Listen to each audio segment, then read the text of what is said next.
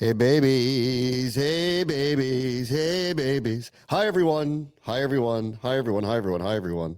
What's up everybody? Happy Tuesday. I'm coming out from football brain, returning and reemerging in the rest of the world with all of you. Pretty crazy. I've never been so locked into one of those in a long time. I was talking to you yesterday on your show, Callow, and you like reminded me it's the first time I can remember that I haven't, at least for the last month, been thinking about free agents or who's going to get fired or what terrible headlines were going to show up or what next year looks like. That I was actually in it for like the first time in a long time. It's good. Yeah, I mean, it's the first time in my life that I'm not talking about crappy ownership, a new head coach, a new GM, a new team president, getting a franchise quarterback. All of those things are taken care of. And it's a weird feeling to not have like this looming major thing get addressed. It's very weird. It's very Yeah, weird to me. it is weird. It's good. Good weird. Yeah, Good weird. totally. So, I think for me, I'm toggling between I'm very close to it. And I felt it too Sunday. And to the point of what we're just talking about, I've been immersed in it differently than I have, in recent years. I've always been immersed in it, but then always come December, the reality of like what's about to take place takes form and you start to shift gears. I'm starting to think about the combine and the draft picks and, the cap room and are there going to be changes again and all that stuff. And that didn't happen this year, all obviously for good reason. But this time, because it was the first year, because their roster's not complete, because there are still a lot of things to have happen this year, like it's a big offseason coming up here, there was kind of this middle ground of this ride's incredible. Let's do it. Magic carpet ride. It's awesome. I'm in on it. Like, I don't want to blinders up. I'm with them, blinders up. But there was this deep recess of the brain part of me going, this is still year one. They don't have that kind of team yet. And this is incredible. Let's see how far it goes. But all that said, I'm very pleased, right? Like I'm very happy. This is, as some people were calling it, house money. All that stuff was going on for a few weeks. And they didn't believe that. But there was a part of me that goes, are you like pulling the wool over your own eyes to pretend because you just don't want to admit that you've accomplished something that maybe was beyond expectation? And if you were wondering if they were going to be like, surprise, we really thought we did great, guys. We'll take your round of applause now. That did not happen yesterday. That place was a funeral. And I'm not surprised and surprised all at the same time. Because if you watched, I went to Adam Peters and Dan Quinn's season-ending press conference yesterday because I wanted to see what they had to say. And Peters is very good at not saying very much about intentions. So we can get in so I'm not going to spend a lot of time talking about it because he really revealed nothing about what they intend to do, what the roster is going to look like, who they might, go after, what their priorities are. Like none of it really came up. But what became abundantly clear was they expected to win on Sunday. And they are not living in this land of we played with any kind of house money. They, and I mean genuinely, were distraught yesterday when they walked up there to talk to everybody. And I think they really believed that they were going to win and be in the Super Bowl in a couple of weeks. And I guess let's go. All right, good. Like, you want to talk about the standards have changed? Go look at how they acted when everybody else is giving them the great season, guys, great season. And they're not hearing it right now. I think at some point they'll reflect and go great season, but they didn't want to hear it yesterday. I'm telling you, man, that was a wake when I was at yesterday. No, I heard the press conference too, and Dan Quinn started it by saying, I'm sure there's a time to reflect on the season. It's not now. And even I was like, whoa, they're even kind of keeping the tone set after the game. And as we have literally become like, this has been like a documentary this season with us doing the show. I still circle back to the post last preseason game before the first regular season game. Both of them went out there, and you saw my reaction when they went out there and said, we think we can win right now. And yes. I went, whoa, you guys told me it's a recalibration.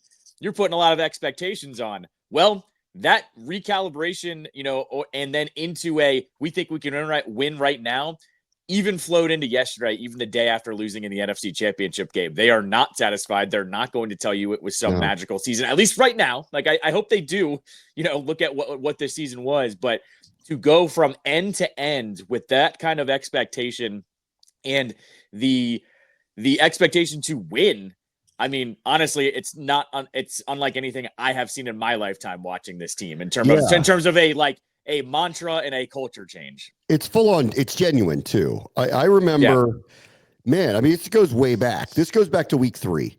Week 3, they beat Cincinnati. Jaden has his first Magic game. It's a big stage. Everybody said they were going to lose. This would be repetitive throughout the year because no one expected anything from them. That was incredible. And I remember after the game, when I talked to Quinn on the broadcast, I said to him, this team's going to get a lot of attention starting tomorrow because you were on Monday Night Football. You just beat a premier team. You just beat Joe Burrow. Your quarterback just went toe-to-toe with him. Your quarterback made the crazy play at the end of the game. You guys are 2-1 now. You're going to get a lot of heat for this. And he just looked me dead in the eye and he goes, don't get on the roller coaster. He goes, don't do it. Like, they didn't want it from the get-go. They expected it from the get-go. I thought it was really revealing last week when they finally addressed the outside that no one believes in you. They finally addressed that. And Quinn's quote was, after week 1, when we lost, when people said, hey, man, you'll get them next time, he goes, F you. That's not what it's going to be around here. I'm going to show you right now, which I agree with you. When it went back at the end of camp, I remember when they did that press conference and they said, we think we can win right now. And I went, okay, I appreciate that. But there's always when the guys do this, because we've been around it so long, there is some level of I'm putting on a front. Like, and you know this, and I know this, but we want to win, like genuinely want to win. But come on, we know the reality of this. Like, we don't have the Chiefs team yet. We don't have the Eagles team yet. There's a front that has to be put up. That wasn't a front. Like, they honestly, literally believed it day to day, week to week. Every time, I stopped doing it by the end of the season, but every time after a game when they did something else and they reached some other benchmark, like Quinn became the first coach with double-digit wins since Joe Gibbs, like in his first year, or had the most wins in a season, like other than Joe Gibbs, the only one to have 12 wins in a season, or Jaden's numbers are so off the charts that like you have to mention it. We're talking about different eras.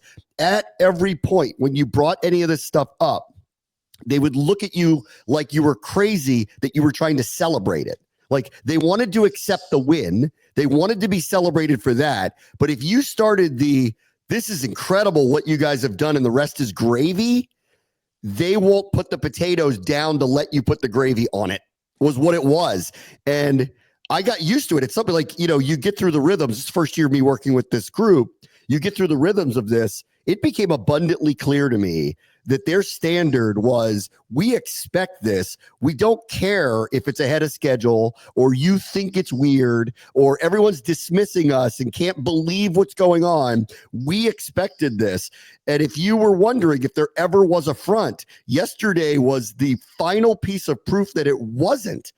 Those two looked like they had just seen a ghost yesterday sitting up there. They were like distraught, talking about the near miss of a season. Like, I can imagine the season-ending press conference for Baltimore or Buffalo the last couple of weeks where they not only are right there, they've been right there. And they've been right there for a long time. And both teams are sitting there going, when is it going to be our turn? And that would feel like a funeral, that another opportunity went away. We're all sitting here going, we haven't been to this party in a long time, and it's awesome. Can't we just dance and have fun? And they're going, no, we're those guys now. And we want you to understand that our expectation is, even if it's advanced or ahead of schedule or however you want to describe it, this is what it is here. And you know what? Moving forward, good, great.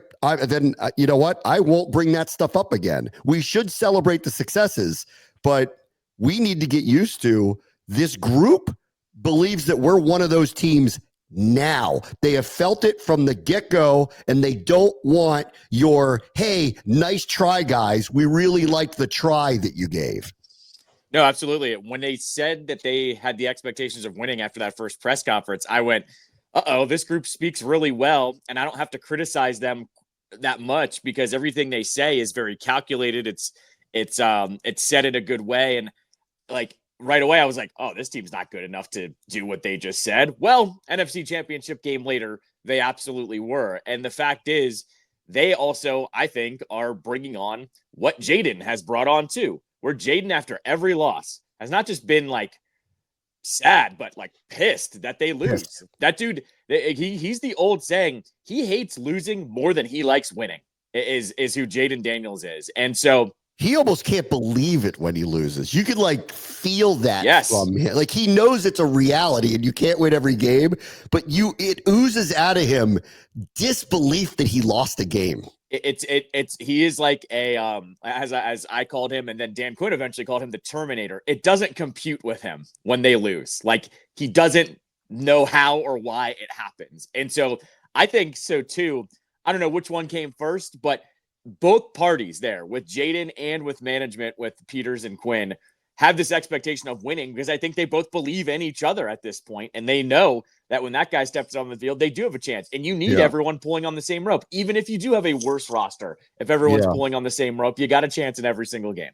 You know, I do, just as a human, think you need to enjoy the ride as it goes. And I'm not saying they don't. But the bottom line of win it all or it's all not worth it, which is not what they said, but gave the feeling of yesterday.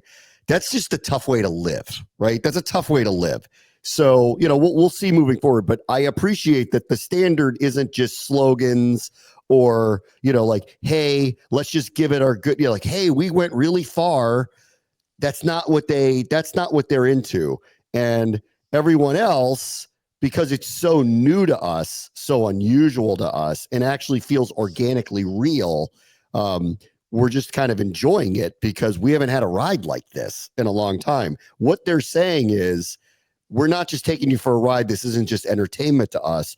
Our goal is to win it all. Peters, I learned this early, just getting to know him a little bit. And they're not that. Quinn's very accessible. Peters isn't, and I think for good reason. He doesn't want to tell you what they're doing all the time, and I don't blame him for that. He's really nice, approachable guy, but he's not going to talk to you a lot. It's Pentagon secrets with him, but in general. But I could tell early that, and I remember I said to him once, I said, if you ever want to come in the booth and just hang out for, a few series or whatever, you're more than welcome to do that. And he goes, you don't want me in there. And he was like, I will bring the wrong energy to that. And I could tell, because I've seen him after games where I've never seen someone where the games are like eating at him or feeding him. Like he is a hyper competitive person. Quinn, when he talks about how he's changed, and this is a second go around for him, this locked in part of him, don't listen to anybody else. It's all in here. And if we don't win, it's on us type of mentality, and feeling that internally, like it's clear that that's what he wants. He wants to be in the moment. He wants to believe they're going to win. He doesn't want to hear anything from the outside, even if it's crazy positive. He doesn't want to, he wants the fans to be in it as they were. He wants the support, but he wants everybody rowing the boat the same way, which is our standards are high. And then Jaden is the Terminator. When he loses, he looks like he's going to murder somebody. He cannot stand the idea of the whole thing. So this is all good news, I think, but to go back to the examples of Baltimore and Buffalo, it could kill you inside if you're not careful, because look at Buffalo, who's got a Hall of Fame quarterback and have had a window open for 5 years, and they just can't beat that one team every single year. It will eat at you. And eventually, listen, I guess they've circled the wagons a million times. They keep coming back, and they are right there. And I'm like, that's my hope for this team, is that no matter whatever the result is, they circle the wagons and they're right back there. So I hope that that's the case. But it was really eye-opening, because they did not drop the front for a second. And If you didn't believe it before, you better believe it now, because they were literally, you would have thought they lost weight, like a death in the family occurred the way that they were holding that press conference yesterday.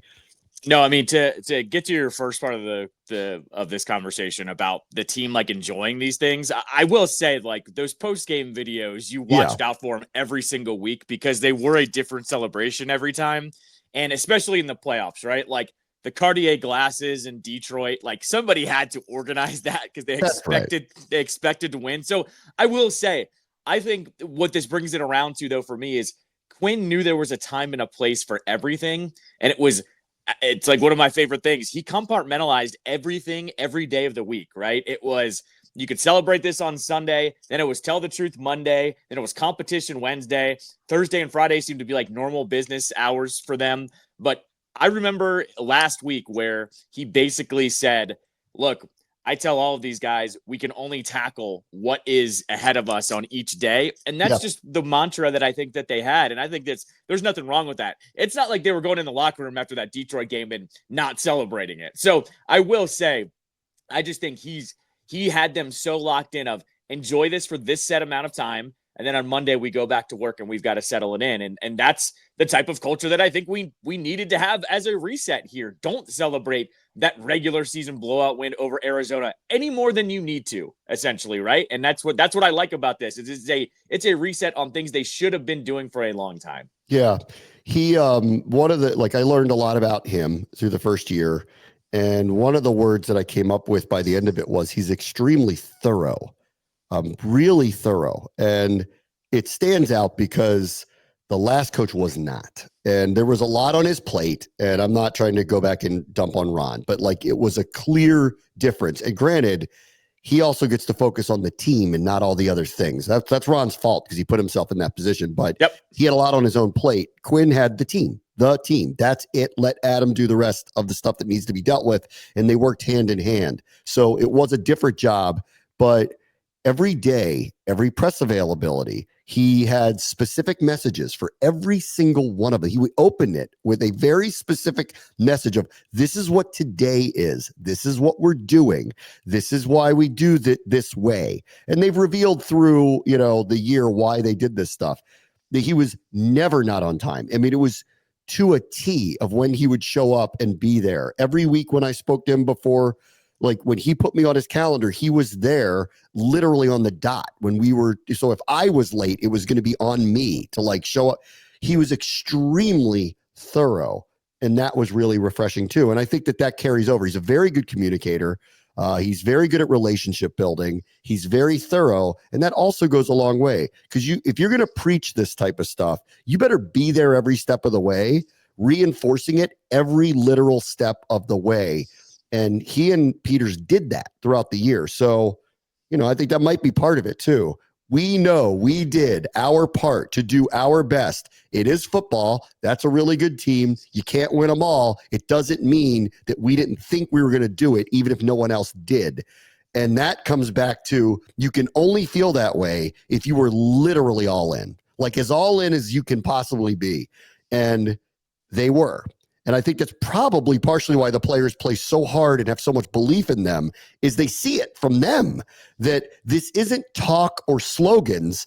They're there every day doing exactly what they said they were going to do by the minute, and it's carried over, and hopefully it will continue to carry over, because if this is the standard, trust me, that's what I want to give a round of applause to, because that's what we've been waiting for, that this isn't a one-off or we got lucky for a year or someone's going to screw the whole thing up. Like, because I don't feel like that's going to happen now, but maintaining this is hard, and we'll see how they do in year 2 and beyond. No, I mean, I would say even go look at what happened with the coordinators, with the head coaching cycle, right? Both Joe Witt and Cliff Kingsbury were like, yeah, I hear it. Yeah, I'd like to be a head coach, but I'd be cheating this whole entire organization if I was thinking about anything else other than the game, upcoming. I mean, I think that doesn't happen unless it is contagious in the building about how they all feel about each other, essentially. And that is pulling on the same rope. And like I said, a culture reset where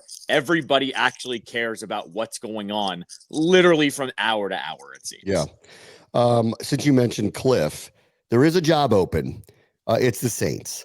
Of the many, many interviews that I did last week, because, our team got real popular and, so many places that are kind of in the know did ask about him to the Saints, which does lead me to believe that they have sincere interest in him. They're the last opening. They've waited this long to fill it. They're waiting for something. If you look at the Super Bowl teams, there aren't coordinators there that scream are going to be the person that they're waiting for. Like Vic Fangio isn't leaving Philadelphia to go become the head coach of the New Orleans Saints. Maybe they're eyeing Kellen Moore. Maybe they're eyeing Spagnuolo. Maybe, but probably not. They've probably waited, especially because my experience last week with talking to all these people, I think they're waiting to talk to Cliff. Cliff has not done any interviews with anybody because he wanted to stay locked in. And two, he loves Jaden Daniels and loves what's going on here. I've heard he loves living here too. And three, he's still getting paid head coach money from the Cardinals. So because of that, all of those things, I've kind of landed on, you're going to have to overwhelm him with some kind of opportunity, more than money, to actually get him to take it. But there is a part of me that goes, well, they're waiting to have that conversation with him. And they probably know that. And considering what the guy in Jacksonville just got, the money might be, a little too hard to turn down unless Cliff just doesn't want to leave, which I hope is the case. And when Adam Peters was asked about him, he literally did not comment on what's coming this week for Cliff Kingsbury, which gave me a little bit of pause of, they've asked to speak to him and they've waited this long to speak to him. No, exactly right. I'm with you. I think they would have to overwhelm him, though, with a paycheck. And you and I had talked about this over the last couple of weeks. The head coaching vacancies this offseason were not desirable. Yes, guys are going to take those jobs because it's once-in-a-lifetime opportunities. But we've seen this in the modern NFL over the last 5, 6, 7 years where guys don't just take any job anymore. And I thought Ben Johnson was a great example of it the last 2 seasons, actually, where he just decided he didn't want to do this, wanted to stay in Detroit one more year, and he takes the Bears job. That's a desirable gig. If you're Cliff, if you want to be a head coach again, so be it. But I don't know if I'd want to do it with that team, that quarterback, that roster, that salary cap situation. All signs point to they're going to give it the old college try, but I think it's hard to envision him leaving us for that scenario. I can't either, but I don't know what they're, want to talk to him about. So we're going to find out. The only piece of news really from the locker room was Zach Ertz made it very clear he's not going to retire and he would like to return here. It even said so much, I wish I was 22 starting over with this quarterback because I think we could scratch the surface. He's one of the interesting decisions that they have to make. He is older. He was very good for them, specifically in the red zone.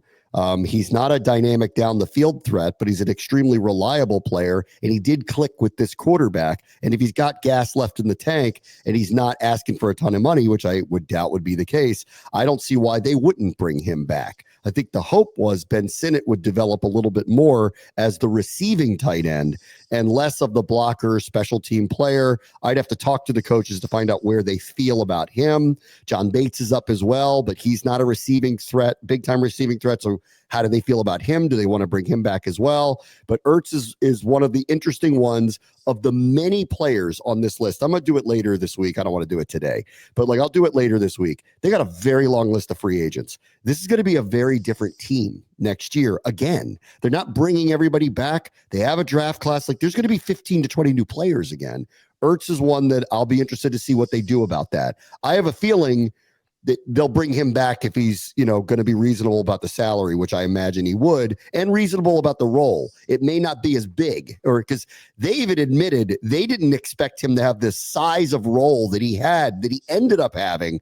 I think that he proved he can be relied upon more than they even thought, which is why I think he'll come back, but probably not with as prominent role as he had this past season.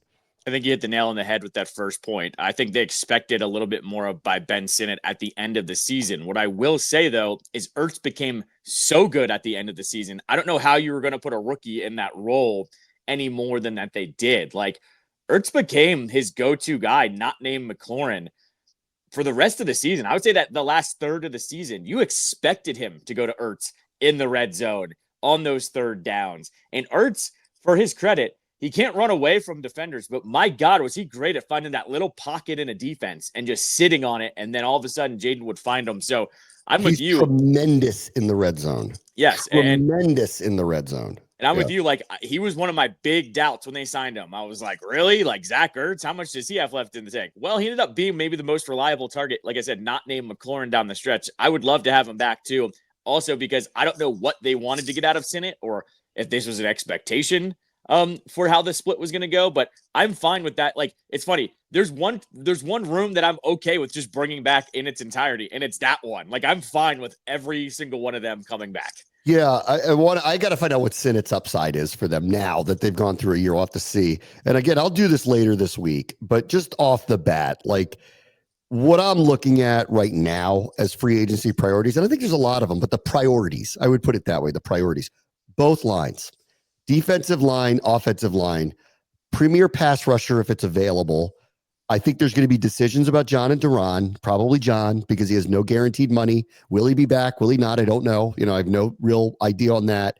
I still think they need to bulk up in there just in general and explosive skill. And I don't even care what position it's at. Running back, wide receiver, maybe even a tight end. At that point, they've got to give Jaden more explosive playmakers on the field to have an opportunity to pair with Terry, B-Rob Eckler, whoever it may be with them, but they need their Jahmyr Gibbs to show up here, somebody who gives them the home run explosive type playmaking ability, and I think it'll supercharge where Jaden already is. And I do believe that the offensive line is going to look different again next year.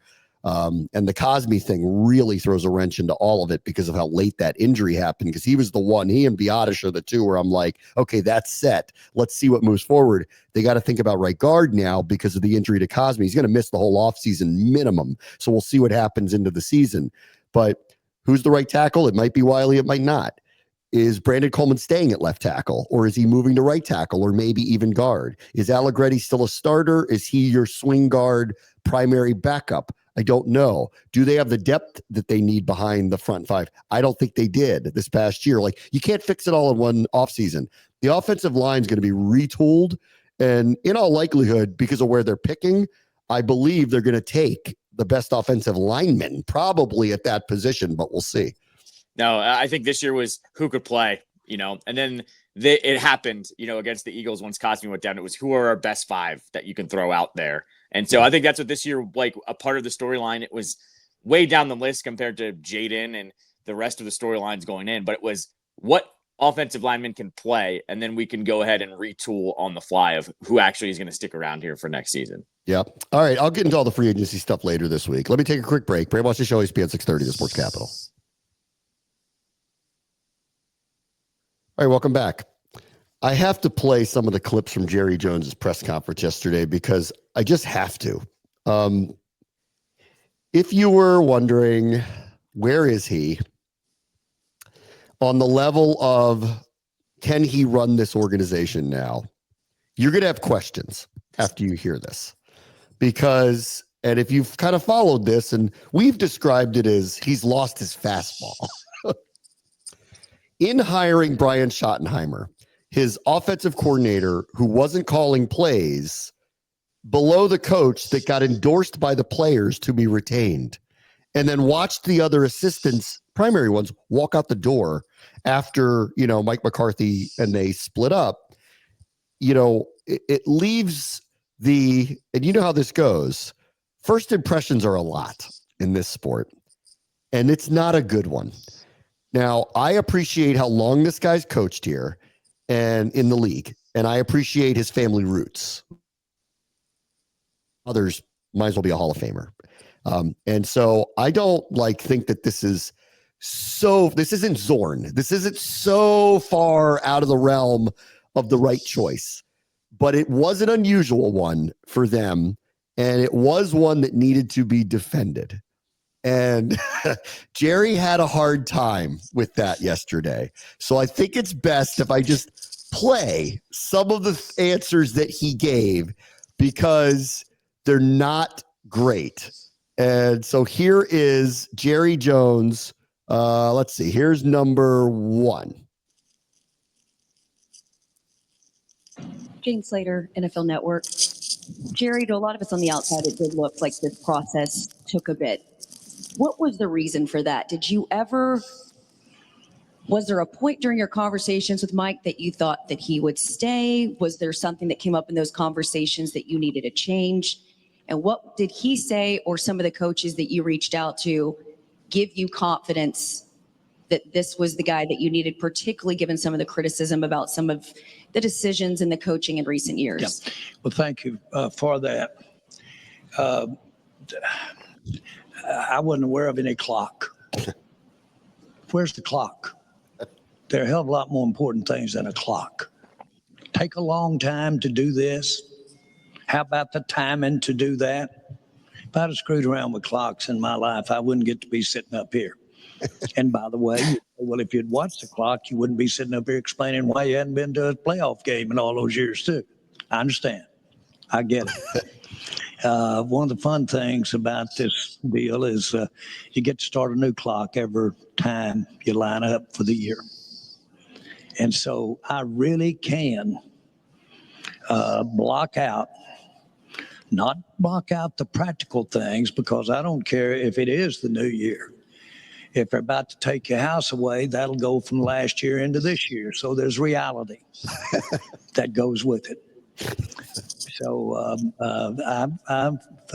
at least I'm sitting here because I know how to deal with reality. Okay.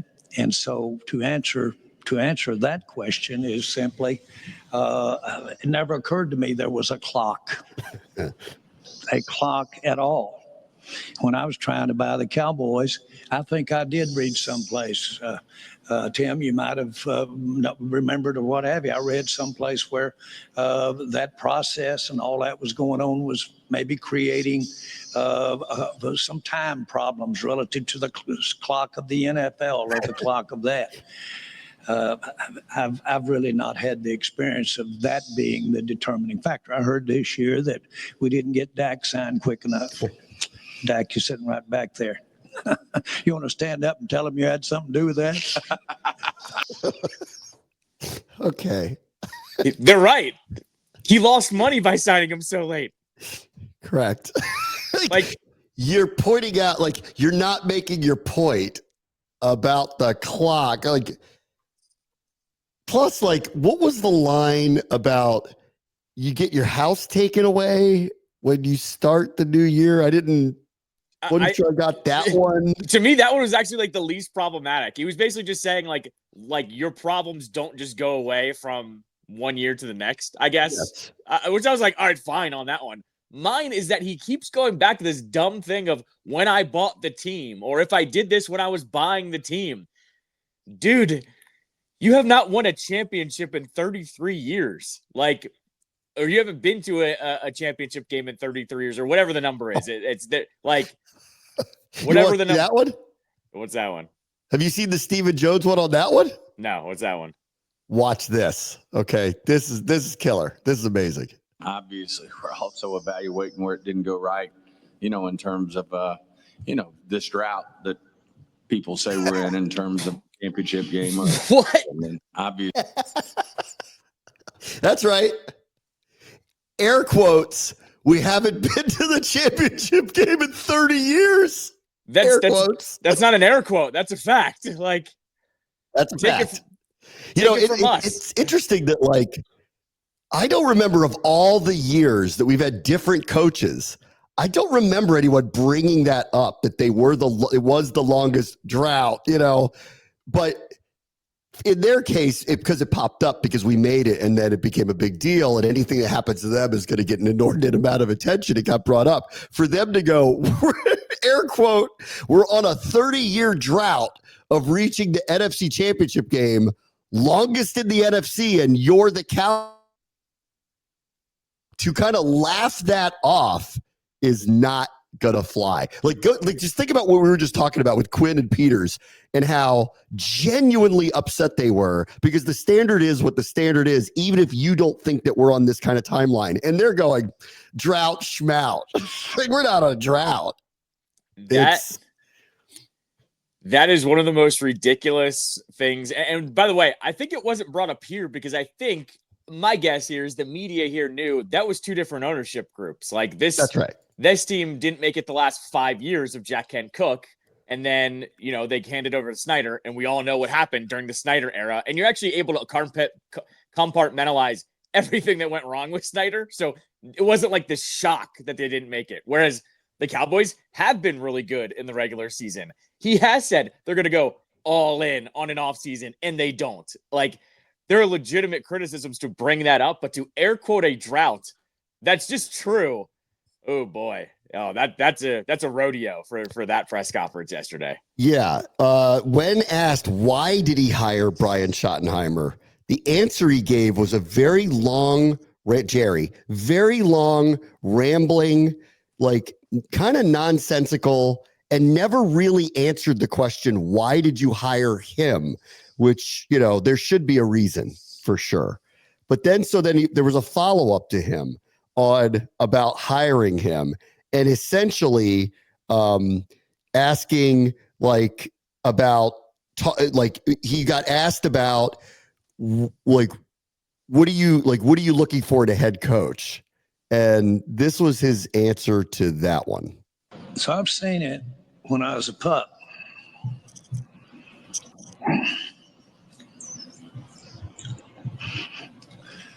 I have a good background in the makeup of what a coach is. To think that you could make a decision in an interview and not have talked, if you didn't and hadn't ever communicated or had a visit, I wouldn't dare have had an interview unless I talked to many, many people. So I've seen it. Okay. Why is he crying? I'm just asking. Well, I think he feels the heat. Remember this happened, was it like 3 years ago? Remember they lost in the playoffs, of course. Yes. And he was just he just kind of lost it because. But that's different. That's the end of a season. They should have won. They didn't. I get it there. I totally get it there. Like, honestly, yesterday at Ashburn, those two looked like they were about to burst into tears, over what happened, in Philadelphia. He's the owner of a football team. I'm sorry. Keep it together. I just I'm sorry. Keep it together. When you're asked, why did you hire this guy, and you start crying? Yeah. Come on. What are we doing here? We often talk about on this show too at this time of year, there's a test. And the test is you know where we're going with this because yes, I sent it to you. Is when you see somebody for the first time, can you envision them picking up the Lombardi trophy? And if you cannot, your gut is probably correct that it will not happen. And Liam Cohen, who we didn't talk a lot about this, the very nefarious way by which they handled a negotiation to get out from Tampa to take the head coaching job, of which I would just say, in defense of this guy, duh, he's going to take that, even if he promised you he was going to do something else, which we can get into in a moment. But they wanted this guy bad. I mean, so bad that they fired the GM to make sure that they got him to come in here. And so they did so. But there is a test that we have that if your first impression is, I don't know if I could ever see this guy hoist the Lombardi trophy, you're probably right. So let me give you what will be your first impression off of his first press conference yesterday. This is Liam Cohen. Duval. Duval. Duval. Duval. Sorry, Jags fans. 0-17. 0-17 next year. Oh, man. He should never do that again. Well, look, here's the other thing. That was clearly a team reporter or something, because that's what they yell down there, whatever. Yeah. You know what you do in that scenario? You go, I'll give you one after we get the first win. Yeah. You don't do that in the opening press conference like that. Like, or you go, we'll leave that one to the fans. That just told me he is so Harry Connick Jr. on it too. Yeah. Like, I don't. Where's the verve? Yeah, like all of a sudden, I don't know about you, I felt really old watching that one. I was like, how old are these head coaches now? Because that was bad. That was really bad. So if they were to win a Super Bowl and he were to do that, it would be a surprise. Right. Yes, what correct. do you have to say, Liam? Duval. Like that would be something. That was That's a tough one. By the way, the Twitter account that tweeted that, like, do you see the name of that Twitter account? It's one of my favorites. It's like whatever a coach says. Oh, the coach peak index. Yeah, so that's why it says 0-17. Like, 0-17. Yeah, exactly. They're on my wavelength about this. You don't recover from that. It's the first date. You go on a first date, Yeah. Like if that person says something that's just so off, you're never going to get over it. Red flag. Yeah. Yeah. You got to be 3-4 months in before someone can do something like that. And you go, all right, that's right. Law. I can get over it. 100%. Not on date one. Yeah. No. You got to be 6 months in before you get the commander's tattoo. That's what's got to happen. Correct. All right. Be right back. Brad wants to show you ESPN 630, the Sports Capital.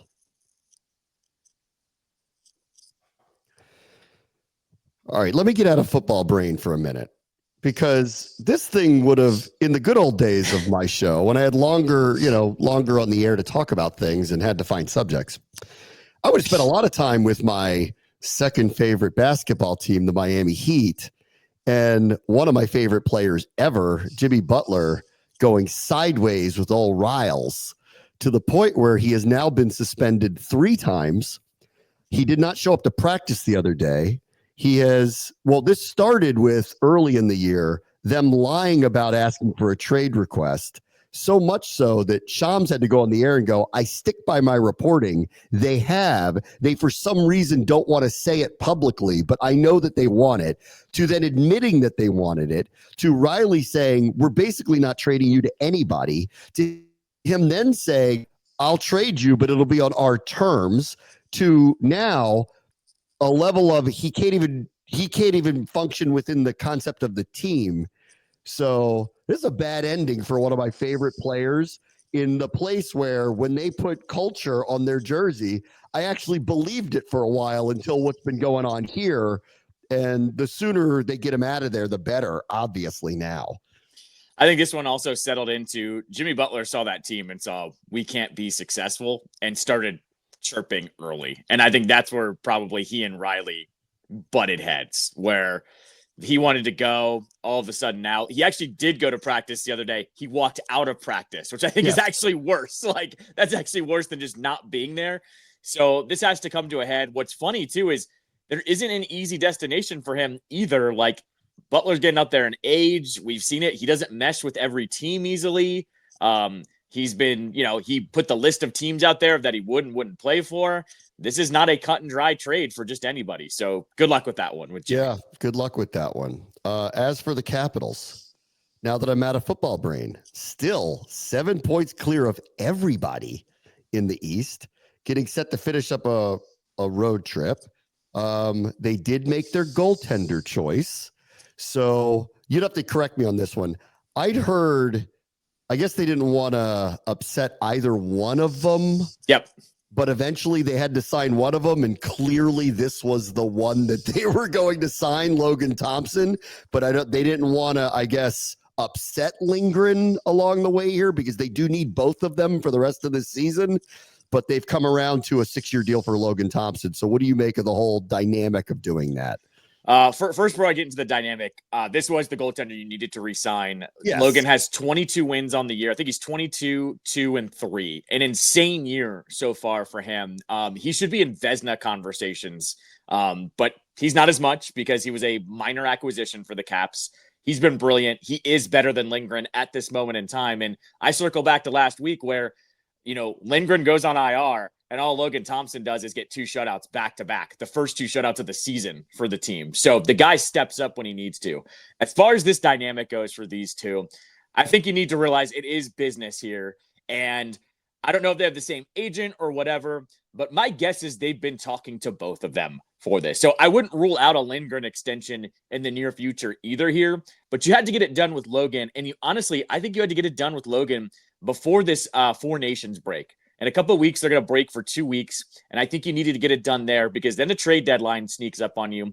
And we've actually seen it with Brian McClellan I guess it wouldn't be McClellan anymore, but with this front office where if you don't sign a contract extension, they'll trade you. Like that's just been the mantra the last 2 years. They want you to come on board or they trade you. And they I think wouldn't have with this guy because no, I don't think they would have with this him year. There's no way. Yeah. Because they would have to start him in the playoffs. But I think what it does is they wanted to get something done now, so they know what their cap situation is for some of these other pieces that maybe they want to move, maybe they don't want to move, or whatever moving forward. And I wouldn't rule it out there either with this dynamic. Does another team that needs a goaltender, do they come along and they say, hey, we'll take Lindgren for half a year and give you X, Y, and Z? There might be something there. That's just me speculating. But I would say the chances of Lindgren getting an extension are definitely more than him getting traded at the deadline or anything like that. 100%. Let's see. All right, real quick. Caps Flames tonight. What do you got? Logan Thompson is actually from the Calgary area. They actually they didn't skip, but they gave Lindgren 2 starts off of IR, including Saturday in Vancouver, where they lost 2-1. Quinn Hughes scored 2 goals. It was a great effort by them, but they actually kind of switched up the starting, rotation so he could start tonight. Same thing the Caps have been doing. Give me like a 3-2 victory, 2-1 victory, something like that. Low scoring. There's one to pay attention here too. Connor McMichael hasn't scored since the beginning of January. He's gone completely dry. This one's worth watching because he was, leading the team in goals at one point in the season. You got to follow along what's going on that. And there's a second one here with the third line. Ethan Frank leads the team in scoring since being called up from Hershey. He's been fantastic. There's been a couple instances, though, where Lars Eller should have buried a few chances from Frank. He hasn't. I look for Spencer Carberry to tinker with those lines a little bit to see if he can get something working. All right. See y'all tomorrow. Brave Buster Show is at 6:30 Sports Capital.